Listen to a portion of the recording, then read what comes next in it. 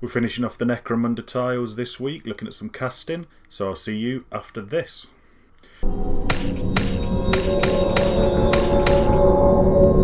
Okay, so I made a little box out of cardboard. I couldn't find a plastic box that was the right kind of size, and I didn't want to waste loads of silicone making a mould that was too big like I did with the first one. So I just made this out of cardboard, which proves to be a complete disaster, well, a bit of an error, which we'll find out later. Spoiler alert. But I'd already made the tiles, used things like granny grate in there. I didn't do another video on those because a lot of the techniques were exactly the same as before. Using things like coffee stirrers, stick-on gems, which I got from the works for rivets, and things like that. Some of them I used the plasticard stuff with the tread template on it. Some of them used a little steel bar there, pivot bar.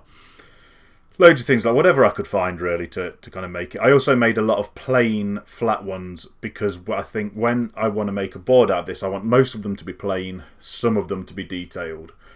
I certainly don't want them all to be detailed because I think it will look weird. So I made 3 plain ones as well, so that as I do each casting I should end up with more and more plain ones, is kind of the theory behind it. Tried to stick them down with about a centimetre gap in between them because I didn't want it to be too weak between them. Using a lot of double-sided tape just to get it to stick. Now actually this is cheap double-sided tape, which worked a lot better. I think the really good quality double-sided tape would have stuck them far too well.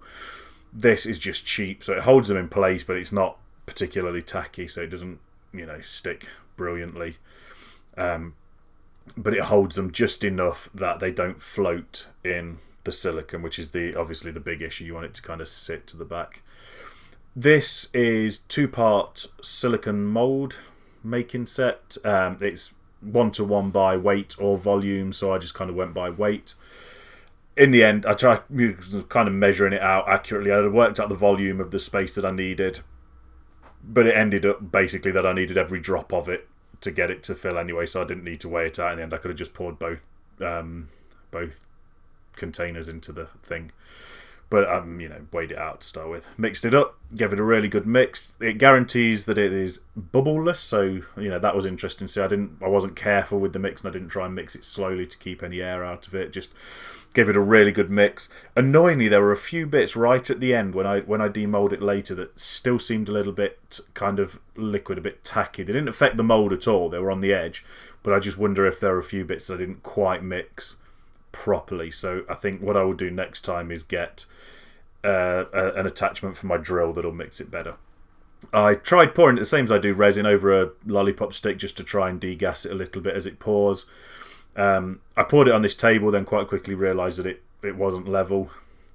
Now, this is where making a mould out of cardboard proved to be disastrous, or proved to be a lot more work than it should have been. I kind of figured because the silicone peels away from the masters really easily, which are cardboard, it would peel away from the mould really easily. And I'd sprayed the inside of the mould with, or the inside of the container with varnish, but I'd used matte varnish, so I don't know if that was the problem. Maybe I should have given it a brushed on gloss varnish, which might have made it easier. But anyway, basically it just stuck completely to the cardboard. I had to cut bits out of the side. Again, it doesn't affect the actual casting part of the mould. It just made what should have been quite an easy job far more difficult than it needed to be. The sides don't really matter, that there's bits of cardboard stuck onto them, but the trying to pull it off the top was just painful. In the end, I did a little bit on the video here, and then I just got so frustrated that I kind of just stopped the video, went away, thought about it. I considered soaking it in water, which might have been another solution, so that the cardboard just kind of mulched away. But in the end, I managed to get most of it off. It just, gosh, it was a pain in the backside to get it off. I don't think using hot glue to seal the corners helped. I think the hot glue bonded maybe somehow with the silicone, which made it even harder in the corners. The bits where the double-sided tape were holding it to the masters, that was great. That was easy, it just kind of peeled off there. But at this point, I was about ready to just throw it away and start again and use something completely different. But I stuck with it. Perseverance is key. And you know, by the time I kind of got it all off, I've included all this just because I think you should see just how painful it was for me. I could have sped it up, I could have cut it, I could have cropped it, but I just thought, no, you can see just how painful this was to try and get the cardboard off of the silicone. You know, you can suffer with me. Don't worry, I'm not going to show you the entire thing, but this is where it really started to worry me. I was a bit like, okay, how am I going to do? You know, is this going to snap the mold? But once it got, like I say, once it got to the bit where the masters were, it peeled away a bit better. It was just the bits in between the masters really where, you know, it was just at this point it looks a mess, but it you know, you'll see later on, another spoiler alert, it does end up working fine as a master. Yeah, and at that point I just gave up, went away, and then came back about an hour later. This is casting resin, and this is different to the normal pouring resin, firstly because, as you can see, it's not clear, so it would be useless for things like rivers and that, but it dries, or sets really, really quickly, cures really quickly. I think it cures in about an hour. So you don't get much mixing time because I think after about 2 minutes it just starts to go off, but you don't really need it. The second part that I'm about to pour is really viscous, mixes really easily. Now I'd done some quick maths here and worked out that I needed about 50 millilitres. I'd worked out that each tile would be about 4 millilitres. I've got 10 tiles, 40 millilitres. Let's do some extra. Let's do 50 millilitres. That will be more than enough. I don't know where my maths went wrong. Once it was mixed up, again, didn't mix it for very long, but once it was mixed up, I just poured it into the mould. And again, quite quickly realised that the table I was pouring it on was not level. Tried to move it, which, as you'll see in a moment, was, you know, a little bit messy. One of the things, I'm going to build a table for my workshop, and one of the things I need to make sure is that it's nice and level. There we go. And oh, spilling everywhere. Resin. Luckily it just went on the wood and I managed to wipe it up. It didn't go on the floor. But again, within an hour it was fully set, which was nice. Didn't have to wait very long. It means I can batch these really quickly when I need to.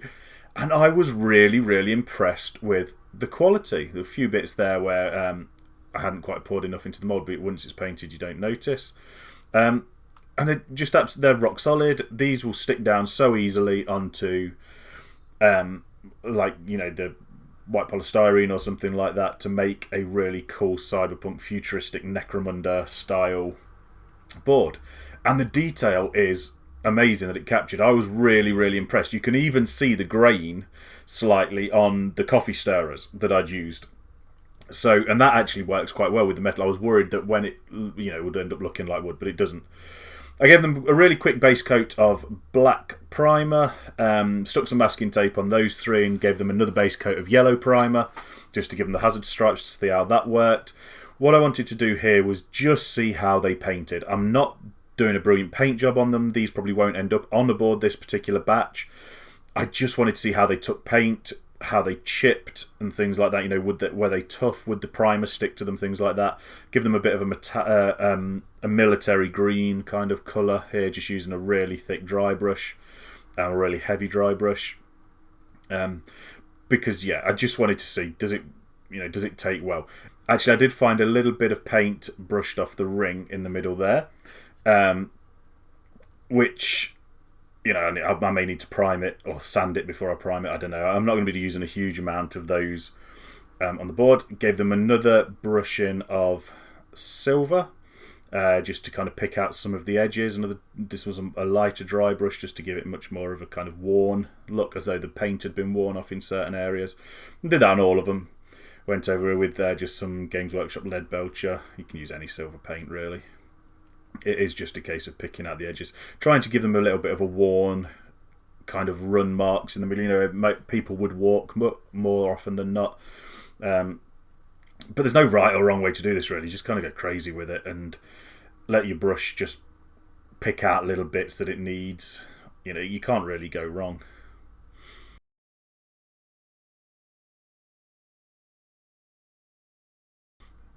And then, like everything, just give it an oil wash. I dabbed a load of this off. I don't think I recorded me dabbing it off, but I just, same as in all the other videos that you've seen me do this, cover it in black oil paint mixed down with white spirits, and then dab off the excess with some kitchen towel, and that just gives it a really grimy, oily look, which really suits this kind of genre, this kind of futuristic Necromunda style.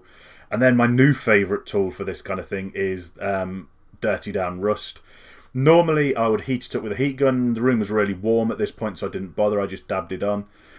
Just a top tip, if you're going to do this, wear gloves. It did start to sting my fingers a little bit where I'd cut my fingernails a bit too short. I don't know if it's got like isopropyl alcohol in it or some sort of alcohol in it. But I would definitely wear gloves next time. But again, I love this Dirty Down Rust. It goes on so easy, gives such a good effect. And once that was done, time for the final shots.